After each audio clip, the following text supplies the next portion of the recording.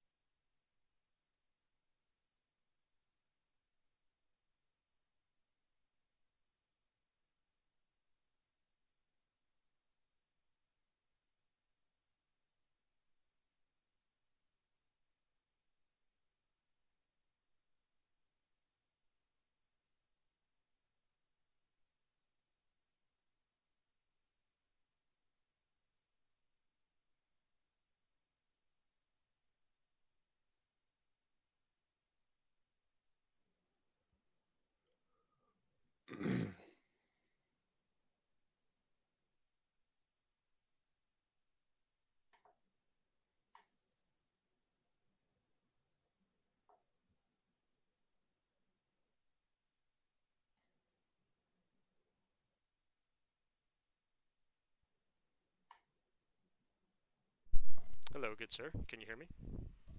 I can definitely hear you. Can you hear me? I can hear you just fine. We're having slight technical difficulties with Brian's headset, so he's working on that at the moment. He's trying to the primary headset. You figured it out? Yeah, so I just need you to see if you can see it. Let's see here. Go ahead. And what's it called? Aftershocks. Okay. I think it said it's in pairing mode. Yes, we had to resort to Bluetooth, which, as we all know, we all hate that technology. Yeah. Hold on a second. Oh, he's there with you. Good. Yes, no, he did make it okay, thankfully. That was not the issue. It's the audio devices are always having fun. No Okay, worries. it's in pairing now, it said. It lies. Oh, there it is. Sweet. All right, there it goes. Picking that up. Cool. Check. Let's add it into here. Audio input capture.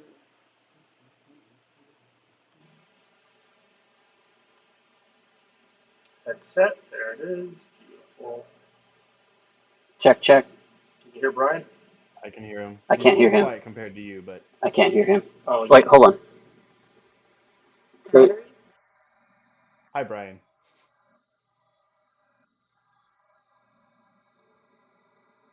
Testing, testing. 1, 2. can't hear you. Oh, always the fun. right. I mean, that could be a good thing for him. So. okay. Yeah. So can you hear me? Oh, I can't hear you. I can hear him. I think I can Okay. hear him through your mic. Actually, that might be why he's quiet. So on his say something, Brian. Check, check. Checking the mic.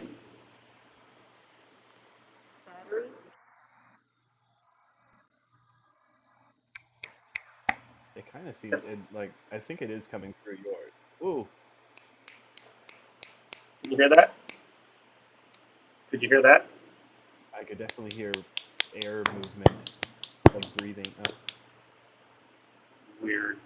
This is always so much fun. Weird. Right. I know. Thank you guys for sticking through with us for getting the audio set up. Yeah. Probably. Yeah, that work. Hold on, let me check the actual Bluetooth. Hmm. You run downstairs and unlock one of the front two doors. Unlock? Yes. Yeah. Okay. Ah. Oh, you didn't even get lunch?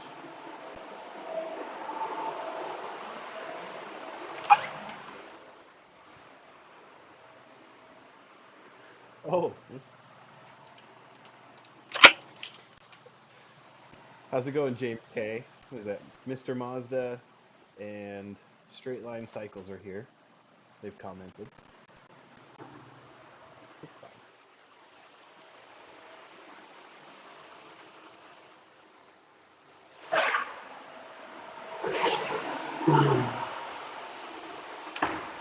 Forgot. Oh no. Yeah, I will say I ended up having this. Well, the computer I'm on and the setup that I'm using for my I opened the headset. one on this side. I got a really good deal on from a good friend of ours, and I'm surprised I was able to get this. It works off of Bluetooth just like Xbox does, but it's a USB that plugs in and pretends that the computer is now an Xbox. Gotcha.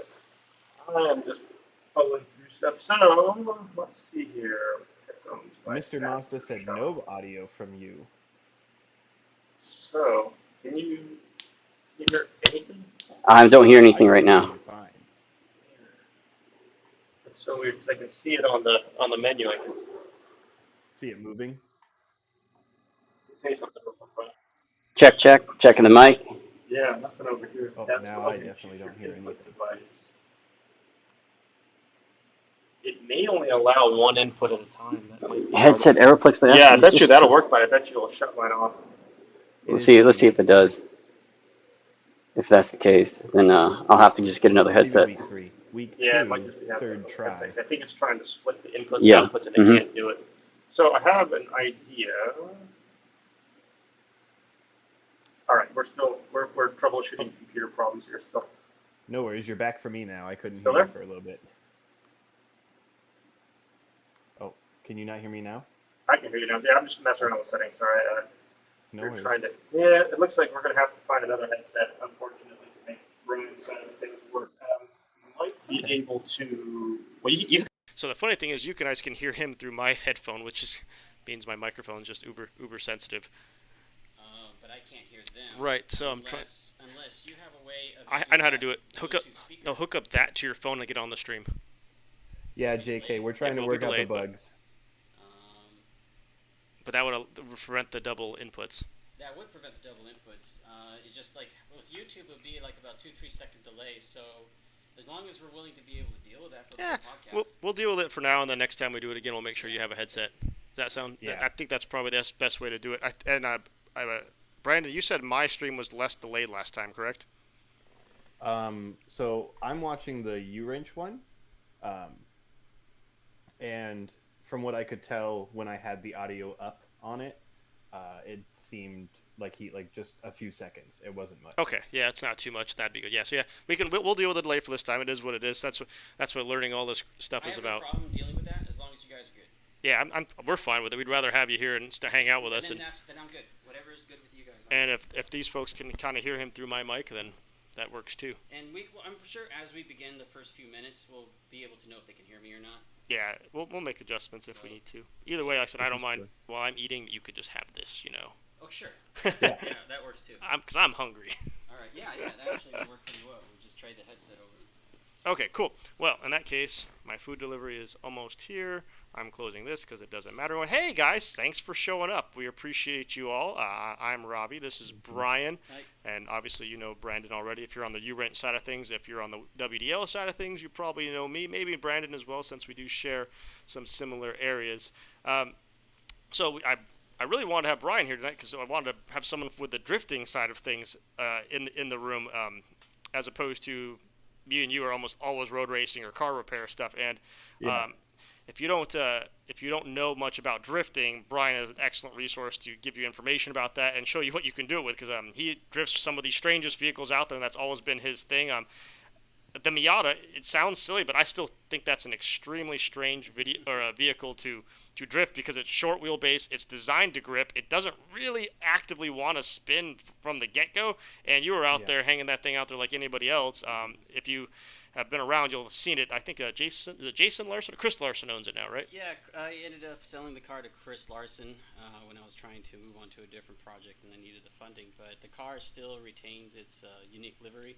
Yeah, it's the 8-bit Miata. Yeah, the 8-bit Miata. Oh, that's awesome. So it has 8-bit livery all over the side. Pixelized livery. It's pretty remarkable whenever you see it in person. I get a lot of people coming to me and like they had to get a closer look because it was kind of messy with their eyes when you see that pixelated pattern from a distance. It really stood out. It was pretty cool. Oh, the first time I ever saw it, I was like, that is legitimately cool, because it doesn't actually look very Miata-esque from the side with all the pixelation. It looks pixelated. It looks like your eyes are having trouble. Anyways, his current project is a Mark 8 Lincoln. Yeah, Lincoln Mark 8. It's a 1998 Lincoln Mark 8. It's the LSC, which is nothing really extra significant other than maybe less chrome on the vehicle and a hair thicker sway bar or something like that, however they wanted to pitch it. So it's just ridiculously long, and it's extremely, like when you sent me that video earlier today that I'll try to pull it up in a bit, of watching this thing go sideways, and you're like, that's awkward to watch, but it's really kind of intriguing, because it's like this giant sedan sliding. Yeah, so I had a question for Brian.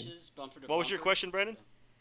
So my question is, granted, I'm guessing he had either an NA or an NB Miata for drifting? This is an NA, I believe, right? Correct. An NA? Okay.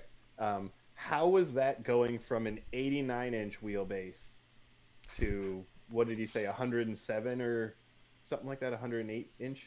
Going from short wheelbase to long wheelbase, and then you'd had Paco's vehicle for a while too, or I don't know if you own it now, but yeah, the LS 400. Yeah, so the other one was an LS 400. Again, extremely long wheelbase. Yeah, extremely long wheelbase car. So like I actually know him doing more of the long base stuff, but the short stuff, they were wondering how that transition went.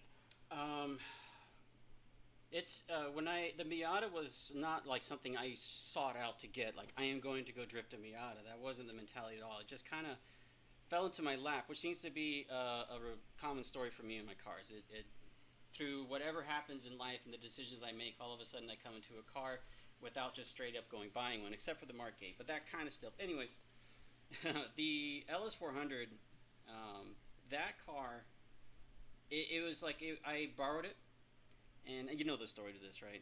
I the LS400. Oh wait, what? I know the LS400. I don't know Yeah, anything about the market. The LS400, I remember. Well, at Mahon, yeah, yeah, yeah. yeah, it became a little bit narrower. So okay, so between the Miata, the Oh, LS400, and then there's the Mark 8. There's a 350Z before that. I did not know about the 350. I You don't think. did. And Did I? Was that when you bought the harnesses? The first time was for the 350. I thought that was the This BMW. was a long time ago, and we actually went canyon running at night, and you were in your NSX. Oh my God, was that fun? Oh yeah, absolutely. We went out to Tortilla Flats. And stuff like that. Ravi doesn't I've remember. never driven illegally on the No, no, no, roadways no, no, no, no, not publicly. like that. We were just cruising. We were just cruising Oh, around. okay. That's all. Yeah, this was a normal Five time. over. Yeah, Totally normal Five time. over. Yeah. It wasn't me my normal route Yeah, through no, there. it was fun. It's just it was my first time taking a car like that out there, and I enjoyed it. So I don't remember that. That must have been a long it time ago. was probably like Did I have a black 2000. NSX or a white NSX? It was, I want to say silver. Oh, I took the race car out there. That was a bad idea. That was, I want to say that was like 2000. Had to be 13 and eight later. or No, nine. eight would No, have been no, a no, black no, I'm one. sorry. No, yeah. So no, yeah. I live by the color of Yeah, my it's car. between- That's it's how I between tell what year it 2008 is. and 2010, somewhere around there. I 2000 don't know. it had to I be- don't need it was I a don't need black to one. keep Going back into the details of it and all that, but I guess the long story short, I just kind of found a car, whatever was affordable I could use at the time, and just tried to make it work, honestly, and just happened to be the Miata. And then after that, it happened to be the LS400, and it just, I don't have, I should say I didn't have the funding at the time to just pick whatever car I want. I kind of had to just figure out, make the best of what I have. I love you all. I'm giving my microphone to him. I'm gonna go get some food. I'll be back in a minute. No worries. Okay, how's it going? Go ahead. Good. Fine. You're much easier to hear now. Yeah, sorry. I apologize ahead of time. I made the mistake of not forgetting my corded headset, and I had a Bluetooth No backup, but the Bluetooth seemed to have some issues. So I appreciate everybody's patience on that. No worries. But so we were talking about your cars, and I know essentially now it's the Lincoln Mark 8, and so that one was one that you actually sought out after, because you said the other ones just kind of ended up being the car you drove. Yeah, it was actually I was looking for a Ford Thunderbird. Now the Ford Thunderbird and the Cougar and the Mark 8 from '89 to '98 are the exact same chassis. It's called the MN12 chassis. And I was looking for a Thunderbird because my dad had one when I was a kid. It was that same around that, like I think it was like a '90 Thunderbird V6 automatic, nothing Mhm. special, but it was a car that I spent a lot of years growing up with. Now, getting the Okay. Mark 8 though instead of the Thunderbird was a suggestion by my friend Paco, and it happened to be a Mark 8 that had some decent mods to it already, like a J mod in the Auto Trans, had a 410 final, track lock diff. It had some of the Cobra goodies for the engine that's in there. That was the other thing Okay. that's really cool about the Mark 8 is it has the 4.6 4-valve Texid Oh. TEKSID is how it's, and I believe these engines were sourced from Italy. I don't know how much of it is Italian, how much of it is Ford, but I just know that Yeah. that was Italy, was some part of it was coming from Italy. Well, And I do know a lot of Ford engines were also made in England too, so they're yeah, just yeah, kind of around wherever it happened. I didn't really know what to expect with the car, but Hmm. I just felt really compelled to dive into it. I don't know, something about the car I was just really attracted to. The more I kept looking at the ad, and as seeing as a good price I could afford, this would be a great, car that I'd want for like a street drift car. I wanted something that's not gutted and caged and no AC. I wanted the opposite of all that, and Oh, okay, still be yeah. able to slide on the weekends with it if I wanted to. So no cage. But have all the interior and just be a fun car to drive around the streets in, and not trying to, cruise around in A car a you could drift and then go home. yeah.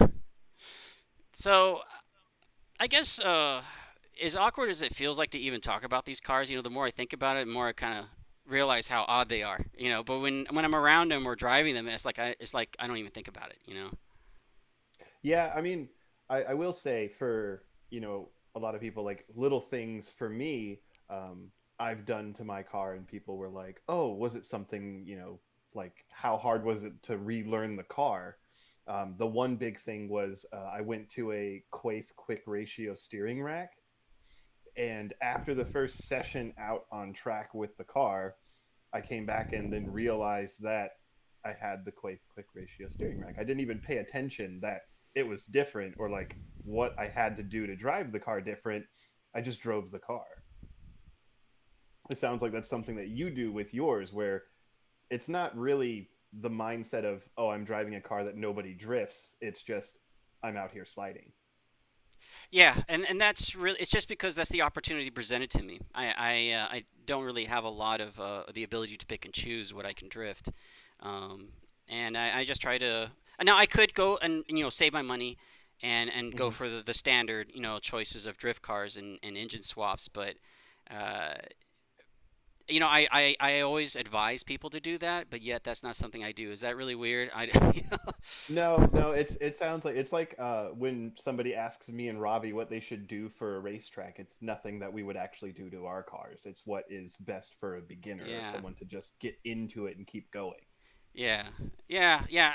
I guess that's it because I find myself constantly making the decisions to go down this harder road, not impossible, but a harder road, and I never thought I would find fulfillment in that way. I'm usually more habitually lazy, but it just became it just became because Well, here, I'll tell you this though, the Miata was probably part of that to blame. That car was super easy to work on, super cheap to drift, I'll agree and with as that. long as you knew how to drift the car, I mean, what did you have to worry about after that? Just gas. The tires would last like Pretty two or much. three events.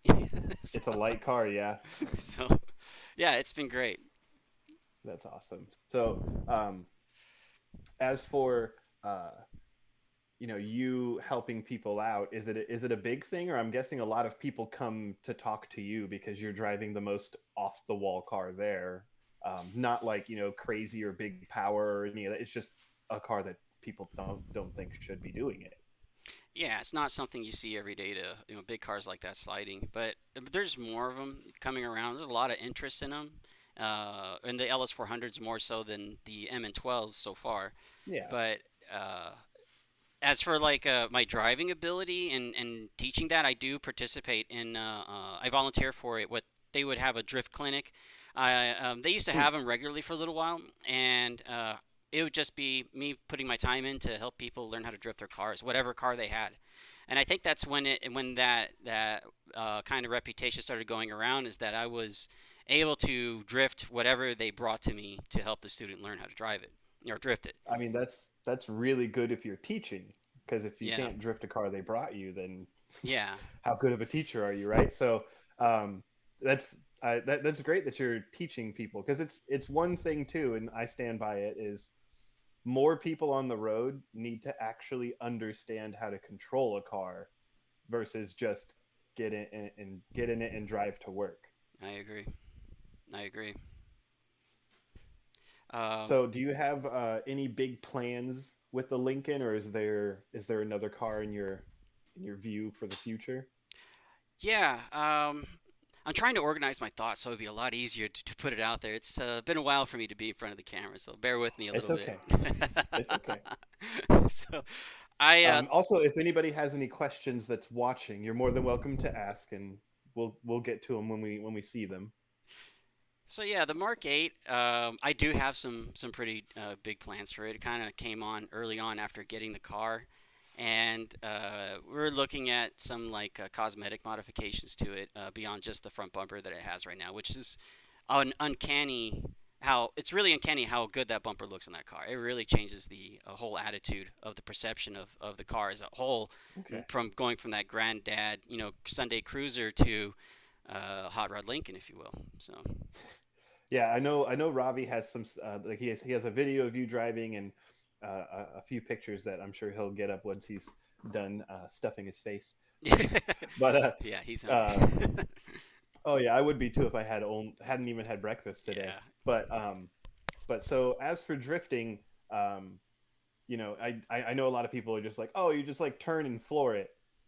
If you wanted to tell the viewers, kind of, I guess, what you feel going through a corner, because like I know for me, driving the way that me and Robbie do, especially like I've been, you know, three wide, but the middle car down the corkscrew of Ooh, that's Laguna scary. Seca.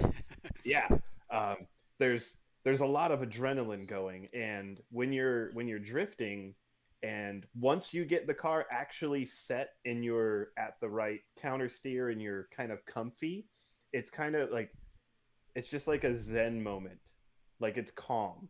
You know what I mean? Yes, yes, I do. Yeah, it was weird the first time I like felt that. I was like, this is different than most corners I've been through with my car. Mm. I think it's just I can compare it to like I guess surfing. You know, it's kind of like when the Oh, water carries you, you get this sensation, and you just know what it's doing. You're just riding it out, and sliding a car is a lot like that. I think. I actually haven't been surfing, so that didn't even click either. Yeah, it's That's yeah, a cool way of putting it, though. yeah. Um, Just going with the flow. You know, just where's the wave going to carry you? You just follow it out. It's just like wherever your momentum of your car is going. But you can guide it. You can control it, of course, to keep it where you want it. yeah, You know, make yeah, the slide last as long as possible through the course. But I think when you feel like you're in a good flow, I think that's what makes it so beautiful to watch is that the car starts looking a lot really elegant in its most chaotic yes, form. You know what I mean? yeah. Like I know, way back when I was a kid.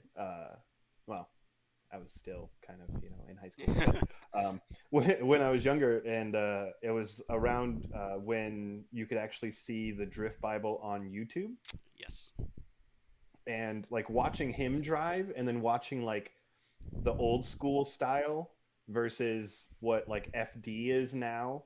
Um, it was, I guess, a lot more, if we're going to use that word, zen, uh, back in the day, which I think is, I've seen some like smaller events here or whatever, and you do get that with a lot of the drivers where they're really out there just for flow, and they're not out there to, you know, have the most angle and the biggest smoke, and they're out there enjoying it for them. Yeah, a lot of personality comes out in drifting, and I think that expression is taken to a level I don't think any or very few, I should say, motorsports really match. But drifting is kind of like that's the part of the deal. That's like one of the quarters of what makes drifting, if you will. It's a huge element in there to be able to express yourself either cosmetically or through physically through the actions of the car. Yeah, And there's no real no real set way of doing it. It's kind of like you just do it and you just keep trying it, and eventually it just kind of clicks. You kind of start figuring out what your style is because you're that makes constantly getting sense. seat time and you're getting more comfortable Yeah, with the car. What your car's dynamic capabilities are, things like that, and then you want to modify your car to make it do this more, that more, so that way you can make it go out there and have a lot more it fun suits surfing your around in the style cars. more. That's awesome. Yeah, no, like um, So I I like know that. it's And not a real technical thing. I apologize. no, It's it's that's like just the it. first thing that comes to my mind when I guess when I'm asked to describe drifting.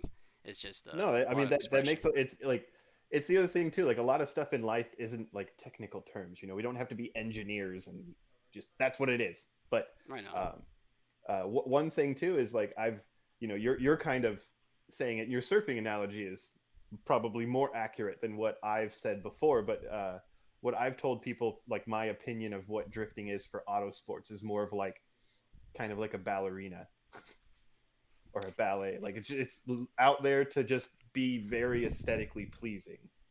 Yeah, it's because and I can see where that is coming from because there's a form of elegance in an open field. Like the ice skaters are in a huge arena; they can skate wherever they want. But they found a Hmm. way of making a connection of movements to look graceful. And Yeah, yeah, I could see drifting being compared to that. yeah, no, that I mean, oh, hi Matt. Um, but yeah, that's I mean, it's always nice to see someone else's perspective because, like Robbie said, we being road racers, we have our perspective with cars, which is essentially, white knuckle death grip and as fast as possible through anything. Hell yeah. And every time that I've been to a drift event or like actually ridden in a friend's car, like I don't know if you know Clayton Kyle down here Yes. in Tucson. Yeah, he's Yes. a really good friend of mine, and he was actually driving. I don't know if you remember a guy named Paige. He had a S15 front, blue 180 Is SX he a or Tucson 240 or local? whatever. I apologize. He, I don't know he he much. was like a military Tucson guy. He was really Yeah. good friends with Clayton, but this was like 2011 or Mm. 2012, something like that. Um, and we went out to Arroyo Seco, and that's where like I got my first like, not just out there, doing it the illegal way when we were younger and drifting out in the middle of nowhere and almost hitting a curb. It was completely different because we were on a track and he could go through third gear for Yeah. how many, like 30 seconds, constant. And that was where I got my first feeling of like, oh, this is just a moment of we're happy. Like the car is just content with where we're at right now. You're doing the purpose, and the purpose is Yeah. making you feel good. And that's the idea, right?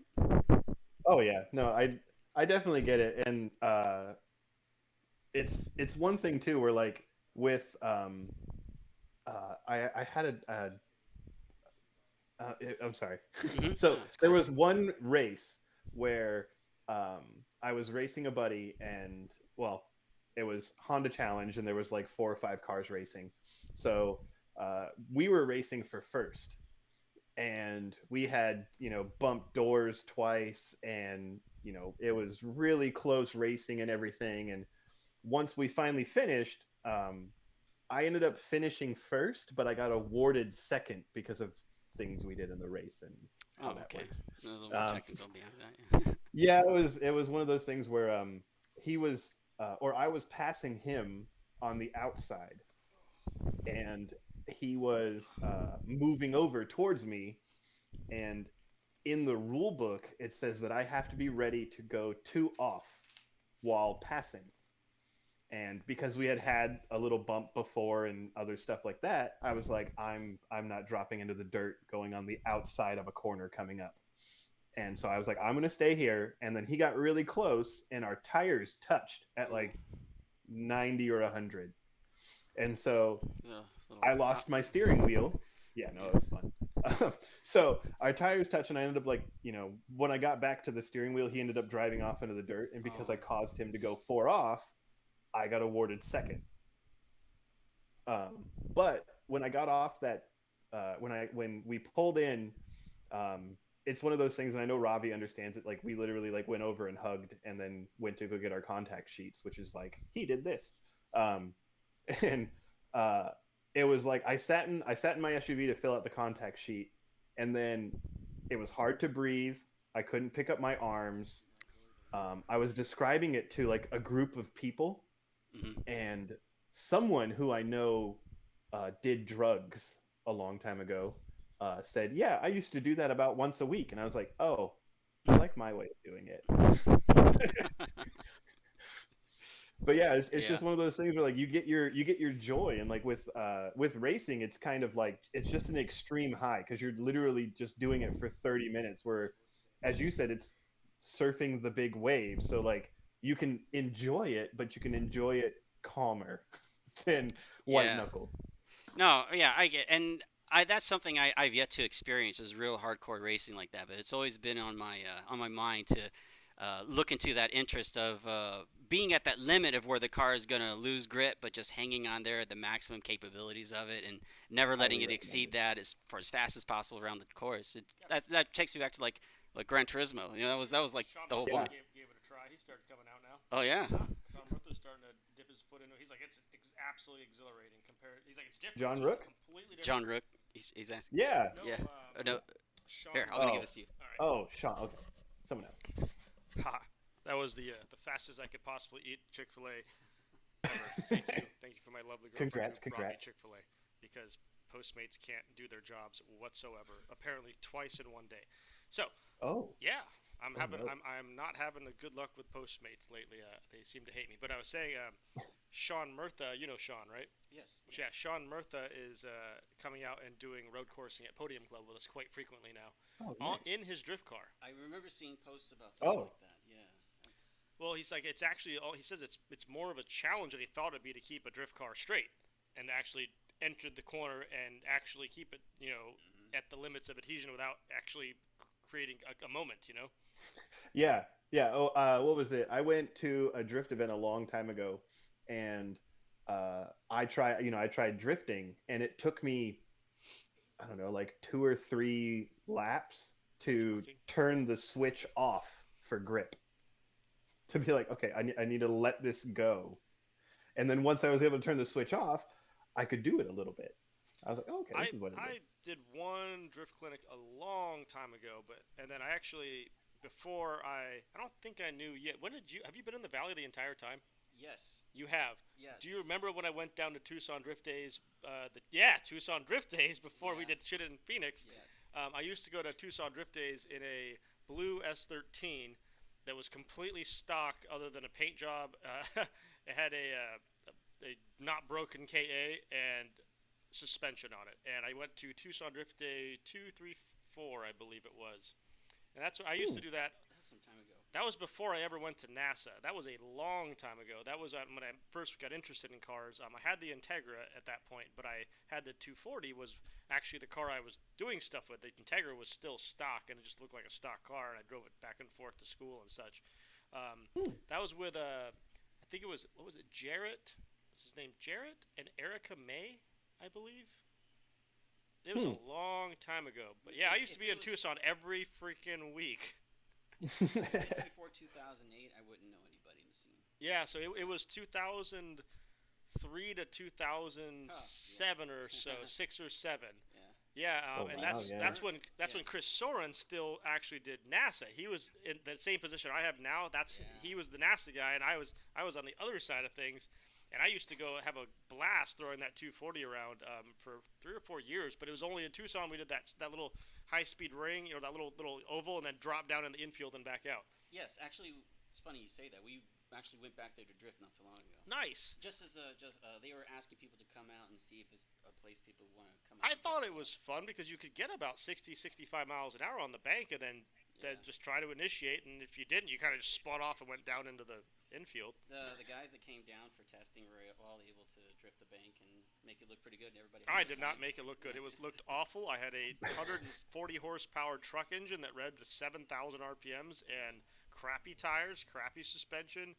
But it was all clutch kick, and just hope it worked. And sometimes it did, and sometimes it didn't. There were some pretty good guys out there. There was a lot of FCs back then. Tons of RX-7s still, because they still were running, because now they're not running anymore. And no one wants to deal with that BS anymore. I just lost the train of thought there. Anyways, that's what happens. I mean, rotaries will do that to somebody. Yes, rotaries will distract you dramatically and drop my interest levels quite high. Actually, just so everybody knows, he had an FD as well. I did have an FD for a while, actually. I think I had it for 3 or 3.5 years before it got totaled. It got hit on the week of on the day of Thanksgiving in 2009. But before I forget, I've been trying to ask you, where's Maximum Driftcast? That was a really good podcast for drifting, and it just kind of did it disappear with COVID, or what happened? I don't know. What happened, Corey? Can't you tell us? Oh, I sense there may be some other stuff happening there. Anyways, it was a really good series that I enjoyed, and it had Brian and our friend Paco on it a whole bunch. And I like I said, I haven't been doing drifting since like 2008, 2007. That hasn't been my thing. I got hooked on NASA, and I just started doing road grip stuff, and I loved it. But even with my lack of interest in drifting myself, like personally, like I don't have much interest in it, I really liked watching their podcast because it was extremely good, extremely informative, and the thing I liked the most was between you and Paco is you guys offered a lot of insightful views on things like Formula Drift, which people don't understand that well, like when something happens in Formula Drift, or why did this ruling go this way, or why did he win, or what, and then you hear the slew of the internet just goes wild, and then you guys would be like, well, if you just look at this or the rule book, this is how it's judged, and that's why that happened. That's it. And it was nice to have someone who actually had some real concept of reality on the rule book, give informative opinions on it. So that's why I really enjoyed watching you guys' podcast. That it's a shame that it's not around anymore. I give Corey shit. I mean, I give them all crap because I really like being a part of it. But in the end, I'm just a volunteer, and pretty much whatever their inner workings are, I know they are coming back. I hope but so. I'm kind of in the dark on a lot of that until they tell me they need me. Hopefully, you get back involved with it, and hopefully they invite you back. If they're for some strange reason, either of them watch this, make sure you bring Brian back because he's definitely a very integral part to your cast, and we all appreciated it greatly. For sure. Thank you. Oh, and so Robbie, you talking about the rule book. Rule books, yes. So I was actually telling a story about how, one time that I had like a really exhilarating race, and it was at AMP when me and Robert Rose. Okay, so rule books, you and Robert Rose. So what did it come down to? So it was I was passing him, and I didn't go 2 off. Okay. I had contact because he kept trying to push me off into the dirt. Right. And then because of the contact, he went 4 off. Right. And when Steve, our race director at the time, was going over the rules, and he talked to me individually because he wanted to give me his ruling without anybody there, and try to be unbiased. Right. He was like, "This is what it says in the rule book," and I was Right. like, "Steve, if we did it any other way, I would be mad." And I told him, I was like, when it was happening, that rule flashed through my brain, and I went, "Nope, don't care." so And him and another driver got an it bit me in the altercation, butt. and the rule book was very clear on what happened. And Yes. he was saying in the heat of the moment, he just literally went, "Don't care, going for it," and it didn't Yeah. work out in his favor. It doesn't sound like. No. I got awarded second You after were awarded finishing second. first. Good job. Yes. Me So, and Robert had our, but that- had our it sounds like that's differences what in rules they as do. well. He did a similar maneuver on me. We contacted. I was on the inside of the corner. He was trying to drive around the outside, and on the inside corner, I simply ran out of room without physically driving off the track. I was. His tire mark is behind my mirror on the left side of the door. So I've still got a nose in front of him, essentially. Yes. So he hit the side of the door, spun me off, and then I went flying off in the dirt. He spun him, but stayed on track and continued. And I actually had to retire because I got rocks in the radiator, and the fan came on and zinged the radiator. Oh. I was first place that day until I was last place that day.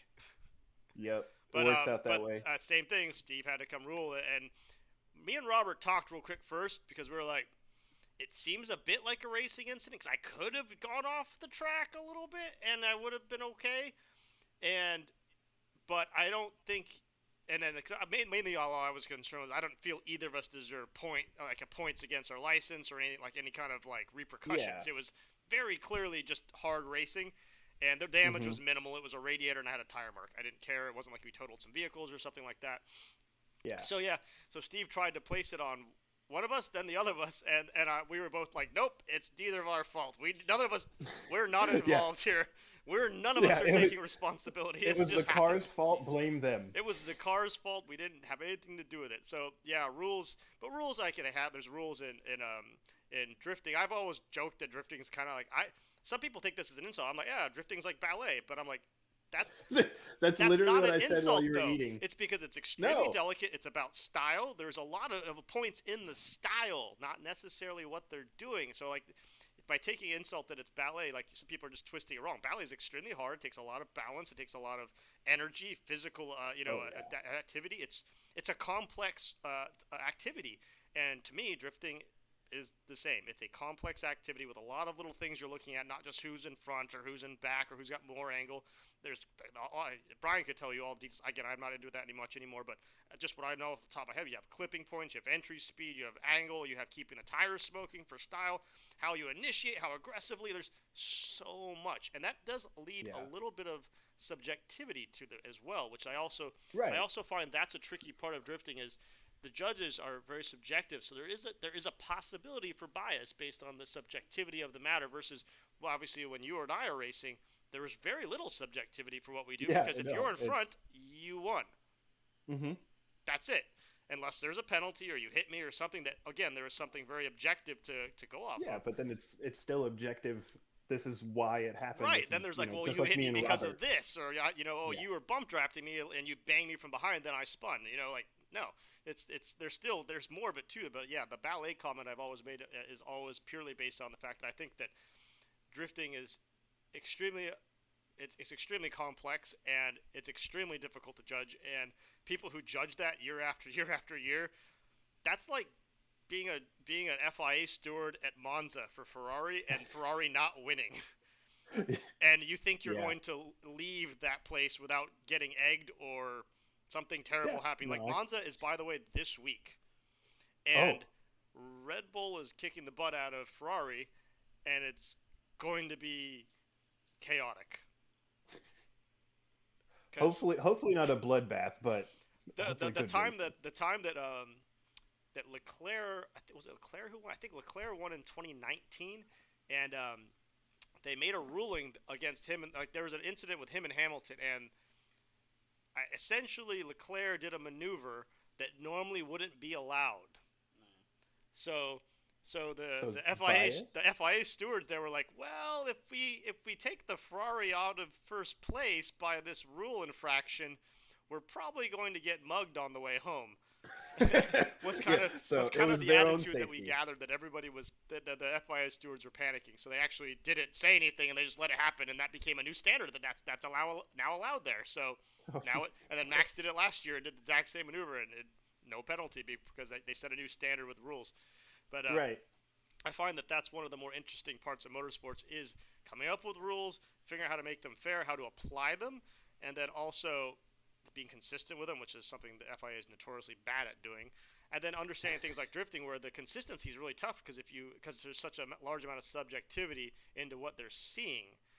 That Well, consistency has to only be with the person, but then it's Right. not. It's the person's opinion consistency. Right, exactly. Not, So, like, the three of us could all go watch, I don't know, Sean Murtha take a lap or something, and all three of us are going to have a very different opinion on how that went.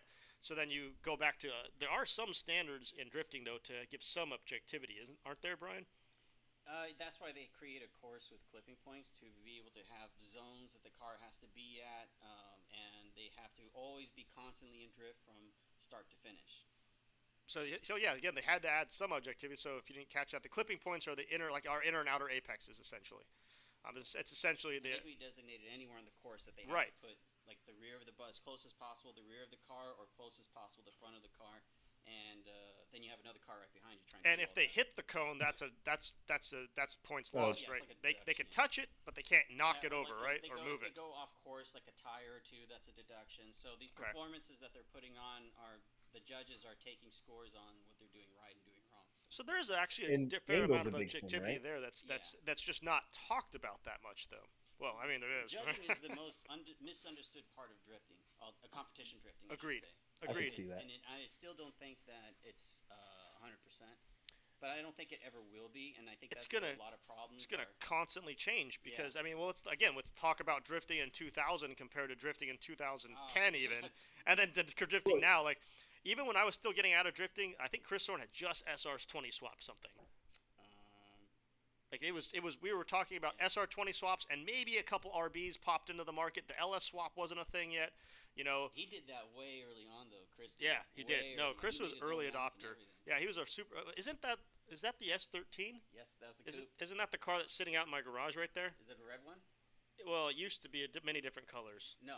I think this one's Yasmin's car. That's probably. Yeah, that's Yasmin's old car. yeah, It's sitting out there. Chris's old car, I believe, is Aaron Jackson. Oh, Jackson, right? Yeah. That's right. Yep, Yeah. Jackson Oh, we ended up with Yasmin. Ravi, Yes, I know we can ramble a lot, I but like rambling. you said you have some pictures and video of Brian. Oh, I might. I'll give you back to Brian while I try to figure that out. Okay. Oh yeah. Hello. Hi.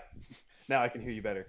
But as we were talking about with drifting and whatnot, it for judging and how you were saying, you know, you don't feel that it'll ever be, you know, consistent or have definitive lines. It's kind of plays with what's popular at that moment, right? No, Like well, how- like the it's styles? always focused rules first more than anything else, and that's Fair. where they have that as their baseline for their judging.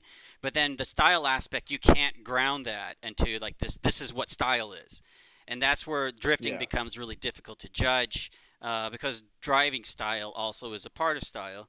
And yet they're trying to make you do certain things with the cars at certain parts of the course that maybe won't complement that style as much as you would like it to, but you try to anyways, and then you kind of get deducted.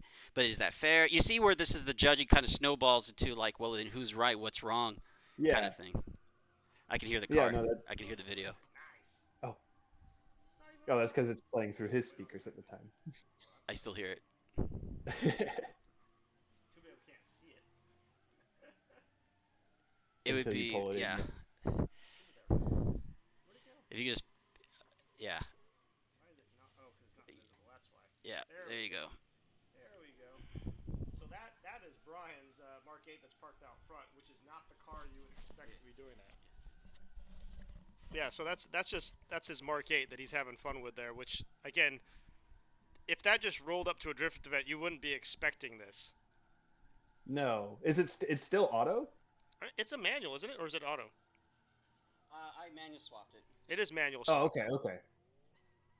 I just remember when he was talking about it, he said it had like an auto shift kit or something like that in it. Let me see if I can turn the volume down at least. But yeah, there's a browser. It looks so much like an old man car.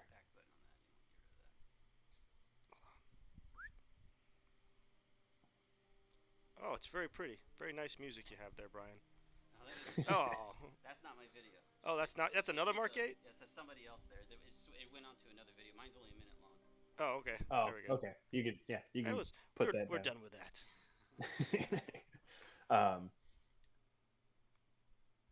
Well, you know, it's funny actually. I had a video or a story of a Mark 8 with my CRX back when I did the no thing of racing on the street. Oh, you were doing And that too. No one hears. yeah, that was that was Here's ever that was raced on the way street. long ago. I don't remember, and it probably happened in Mexico. But It probably happened in Mexico. Yes. so I had my CRX, and it was B series swapped and stuff like that. And Is that this the guy same one pulled that's up your next race to car? me. The same beast. Yep. Same TRX. Okay. Same one. Allegedly. And allegedly, it's been many different colors, and you'll never know which one it was. But he pulled up next to me at a stop sign, and I looked over at him because he was like keeping pace with me, and he did this motion. He went like giving me the go. Go ahead. And I was like, yeah. At that time, granted, it was early 2000s, like before 2010. Like Hondas weren't fast. Honda's still and- not fast. Yeah, well, fast is relative. They're fast for Hondas. But at the drag strip, my car had done 13.5, and I know that because I raced legally on a drag strip. Oh. And so I went because he wanted me to go. And after that, I had talked to him because we met another time, and he told me that as soon as I floored it, he went, "Big mistake." Oh, that was fun. I haven't But drag race since Modified Shootout. That was the last time I've been to the drag strip, like to actually mess around much. no, the last time I went to the drag strip was when my CRX was turbocharged, and that was in 2010. It ran an 11.8 at 118, and then a month later, my friend Old Man Harry, he actually drifted his S14 with an SR swap that actually had AC and a cage and everything, and he did NASA in it. He did NASA in it in 2000, 2008, 2010, somewhere around there. It was a maroon 240. He took me to PIR, Okay. to a NASA event. 2010, you said roughly. It was the beginning of 2010, and that was the first time I saw Tage's car. Oh, that's the first time you saw Casper. Yes, and it stood out because here it is, this little Civic, and Tage. On the side of the Civic, it said, horsepower and weight. That way, at the end of a race, they can weigh it and make Right. sure that it's within what it should be. And it said horsepower less than a Corvette, weight less than a Corvette. Yeah. And I was like, I have oh, some that's great video awesome. Of him being extremely drunk at PIR.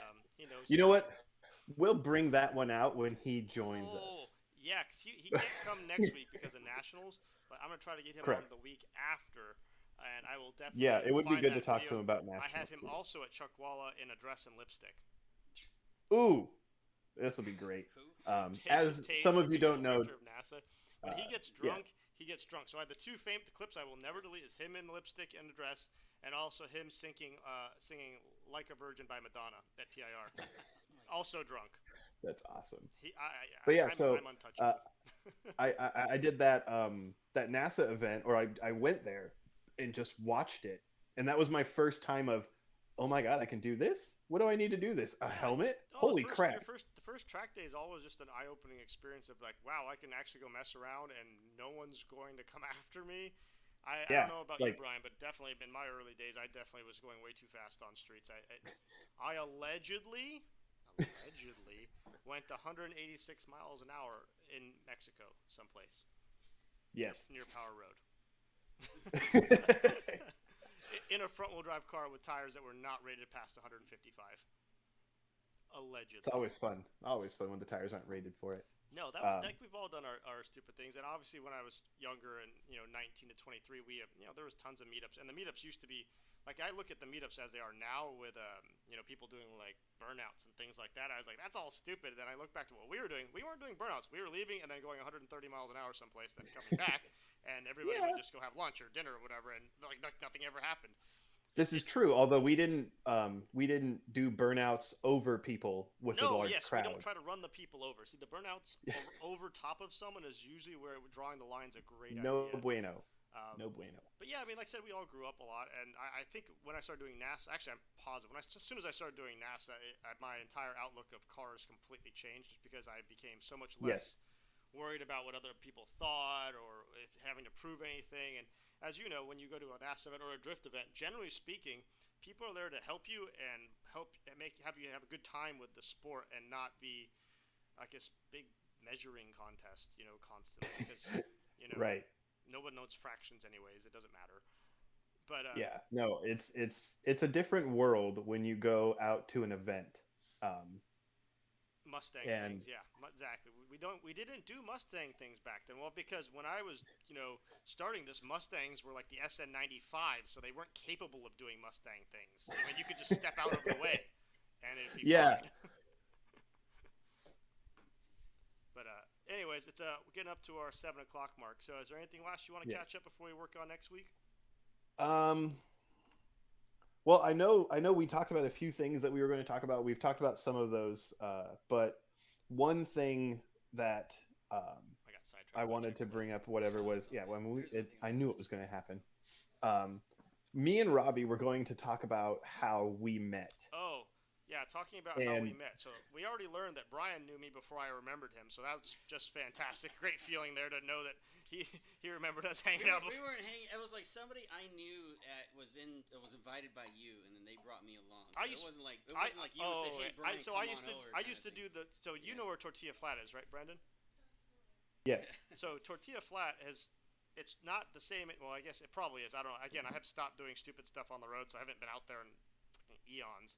But we used to literally not race each other, but just race time. We used to time trial that stupid road for years. And the fastest I was able ever to get from the top, at the very first corner, down to the bottom was 4 minutes and 34 seconds, which is an average mile an hour of like 42 miles an hour in that stupid road, and with a top speed of like 105.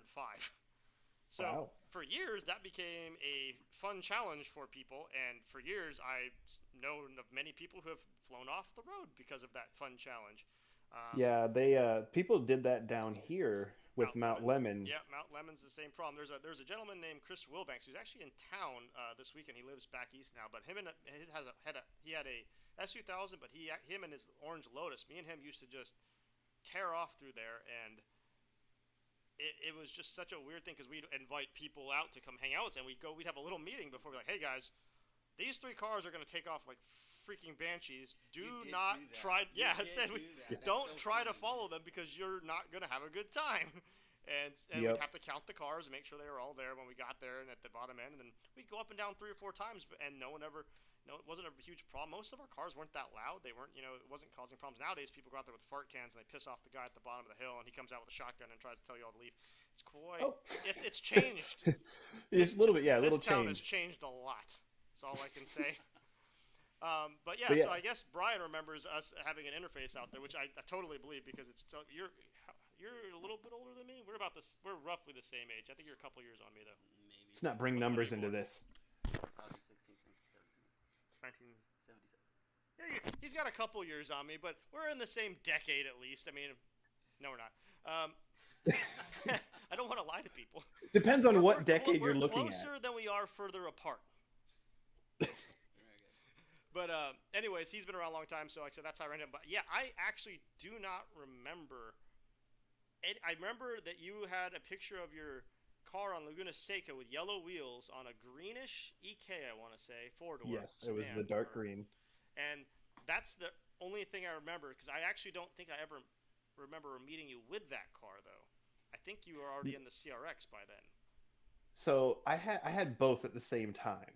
That's disgusting. The CRX was broken, as it usually is, and so I had my daily, which was the Civic, and because the Civic ran, I was like, I want to go to the track because it's boring not sitting here since I've been to the track already. Right. And so I started driving this Civic, and it turned up to be a 2.5 year learning experience with this Civic. And yeah, I did get to take it to Laguna Seca, which was wonderful because I actually, I was the slowest competitor, but not time wise. I was the slowest straight line wise. Yeah. And straight line, you were the slowest car that showed up. That doesn't necessarily mean much when you're talking about a road course. No, which it was hilarious because the Saturday, I had talked to some of the people that put on the event, because I think it was Speed Ventures or something like that that did the event. Yeah. And I talked to them at the end, and I said, yeah, I came from Tucson, it was a long drive, and I'm really glad that you guys, put this event on, and I'm still coming back tomorrow, which was really fun because it was December 31st and then January 1st for the event. Oh, wow. That's nice. Yeah, so at the end of that year, I got to say thank you to all of them, and then the beginning of the next year, I was on Laguna Seca again. And so I told them that day, while we were on track, we came around turn 11, which is the last corner, and a Miata that I was catching up to. And this Miata pointed me by. And I was like, oh, okay. And we get on the straight, and then the Miata is pulling away from me. So I start flashing my high beams. I'm like, hey! Miata? That's embarrassing. I literally watched the Miata move his helmet and look in the rearview mirror like, what's going on? And he has to get off the gas to let me pass. By a Miata on down the straightaway at Laguna Seca. Yes. Pull out and or just started doing that out the please side. tell me it was a 1.8 at least. It was an NB. Okay. It was an NB at least. It wasn't an NA. Yeah. I mean, being pulled by a 1.6 is embarrassing, and you should have been ashamed of yourself. But right, and NB, I thought it was awesome that there were, you're on track and people were that polite. Like, he could have easily kept me from passing, but he was like, all right, I'm like, he thought he was the slowest car there, but I proved him wrong. And so the next day, so the beginning of, I think it was 2012, they started their drivers meeting that Sunday with telling everybody that you never know who's going to be faster in the corners, but slower in the straight. Right. And they said we had to have a Miata lift for a Civic yesterday. That's embarrassing. That doesn't answer where I met you at all, though. No, but so you remember that. I remember your fire. Yes, my fire was that. in 2010. So I remember hearing about that. It was 2010 is when the car caught on fire. And pretty sure, maybe 11.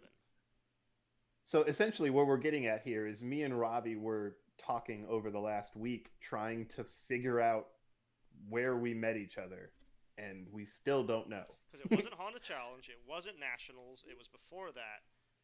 Well, because Nationals, you asked me to join you, so we had already met before that. Yeah, because me, you, Tage, and Tony all went. Yeah, and Eric and John Rook. Right. Eric Lee. And, we all went on the drive and everything. And my only assumption is that because we had known each other, or known of each other, I guess you say it, when I started driving with NASA in 2014, we just kind of saw each other and we're like, hey, it's you, and then carry on. I have no idea, dude. Yeah, if it was at Indy, I was drunk, that's for sure. I don't remember. When are we going to Indy again? You're going to have to remind me. I'm going to have to add it in the calendar. I keep forgetting. I'm bad at Me? this game. Yes. When are we going down to Indy? So you're talking about NASA or No. my event? Yes, your event. I don't think you're going Why because not? it's the 17th Of what? this month. This month. What's going So on it's this month? Let's it's see. nationals. I'm not going to nationals. No? No. All right then. I paid September enough going, man. 17th. I will see you there. September 17th. Hey, Dana, September 17th. We have to go past Tucson. I know. I thought I hadn't. I thought I put it on my. But yeah, I don't think you. I don't know. We'll have to talk about it later. If all of you don't know, me and Ariel are getting married on the Yay, 17th, and marriage. we're getting married at Indy Motorsport Ranch, and we're doing a track day in the morning and getting married on the racetrack in the afternoon. I So remember I that, sent you money. I just don't remember if I did anything else. yeah. No, I do remember that. Yeah. So Okay, yeah, put I'll it on the probably calendar. start reaching out to everybody and letting them or reminding them. I know we sent out invitations and stuff like that too, but fun. Mazda 329. I'll see you there. I don't know who you are, but I'll see you Oh, there. I believe that is what's Eric Foltz. Oh, I don't think have I ever actually met Eric in person? I don't think so. Don't He's just think so. bought stuff with you Yeah, he's from bought you, stuff, which and he's talked about there was something. I think a helmet's been on his freaking. He was looking at the carbon one. yeah, carbon. Eric, if Yeah. you know what size you wear and you still want one, there's like very few left again, and they're not going to be here for a very long time. So if you still want one, let me know. Get it now. Get it now before they're gone. I was having this discussion with someone earlier today. But yeah, so again, we'll probably cut it off. We're an hour into it already. Yeah, no, and thank you, Yes. Brian, for joining us Yes, and Brian, thanks for putting coming. up with this. He'll come back with a microphone, I'm sure, because it'll be more effective that way. Sorry. He better. I mean, he's done a very good job of eavesdropping and trying to figure out what's going on. So that's pretty awesome. That's okay. I'm sure it's easy to read my lips. I tried. It was not. I was over there trying, and I couldn't do it. I had no idea what you were talking about. Oh, Eric's right. I did meet him at MHC. Holy shit, you're right, Eric. I apologize. See, that's how good my memory is. Yes. I forgot all about MHC Lightning Laps. Let's be honest, that was such. Yeah. I remember doing Lightning. We'll have to talk about that next time. That's a good. We'll That's a have good to subject rehash for Lightning that. Laps. We'll have to see if we can get any other guys in here. Actually, maybe we should bring Eric too. Remember, because we can put another window there, another window there. Oh yeah, we can put a lot of windows. It's really easy the way the system works. But yeah, so if you guys have anything you want us to cover for next time, please leave some comments for us to check out later. We'd be happy to. We'll probably bring 3 fresh topics next time. We didn't even get to F1. We'll talk about it next time because there'll be 2 races that you haven't watched because you refused to subscribe to F1 TV. I know. I will soon though. I might do it this weekend because Monza sounds interesting. Are you a T-Mobile user? I am not. Thank God. I was going to rag on you paying for T-Mobile and not F1 TV because one of them is just a complete waste of money, and I can tell you exactly which one it is. And it's I believe you. All right, guys. Thanks for watching. Appreciate you all. I said again, leave your comments below, and we'll catch you next week at Tuesday, and we'll keep trying. Yes. To make this better. Yes. What? All right. So what? I'm sorry. Next week we have to do the beer thing. Right. I will have next week. I will be bringing a big blue van here. I suggest you try it if you can find it down there. It's usually at Fry's, good sir. Big blue van. Big blue van. It's a very since we're trying to find something you like. It's very light. It's not bitter. It's a small amount of sweet. If you like blueberry muffins at all, you're going to get a hint of blueberry muffin out of the whole thing, and with very little aftertaste. Okay. I will go into it open-minded. Because the whole objective is to find him a beer that he will like. So if I give him one that I think he's going to like right off the bat, and he gets stuck with that one, then we're done. Well, try Coors Light. Yeah, no, I know you're not going to like that. It's the other thing too. Like I'm super picky. Oh, Brian has one more thing for us. What do you got, Brian? Okay. If you need to send it to my messenger, I can pull it in. I did send. Oh, you did? Send it, yeah. I did send it out there. I'm gonna send one more. Okay. I can only send 2 more. What you got here? Oh, these are the videos for what you did today. Okay, hang on a second. No, it's just the photos. It's just photos. Oh, did you come up with this solution yourself? This was something that along with Alex Anderson, which is the pro-am driver I spot for. Oh, I know Alex. Yeah, he's a nice guy. Yeah, he and Paco have been, we've been brainstorming together, and we've decided that this was a solution. I now look at the pictures I just sent you right now in the message. Okay. Bring those up. This will make a lot more sense. That's the after. This is the before. Okay. So this is the before problem. Okay, Yeah, I'm gonna bring this up. There's two of those for the So before. Brandon, you'll appreciate this too, because you are usually ingenious trying to figure stuff out too. That's One more. Yeah, there it is. oh my God. Yeah. All right, give me a second. I'll get these queued up. Are we MacGyvering stuff? Is that? Well, yeah, but more permanently MacGyvering, I'd Okay, say. Is, okay. it's a pretty solid MacGyver. Let's see here, media source. Ooh, slideshow. Wonder if I can do a slide. I don't know how. I'm trying something new. Please bear with me. We'll see if this works. Always play but not visible. Blah blah blah. Time between slides. Sure. Loop. That's Image really files. fast. Oh, okay. Have you used this program before?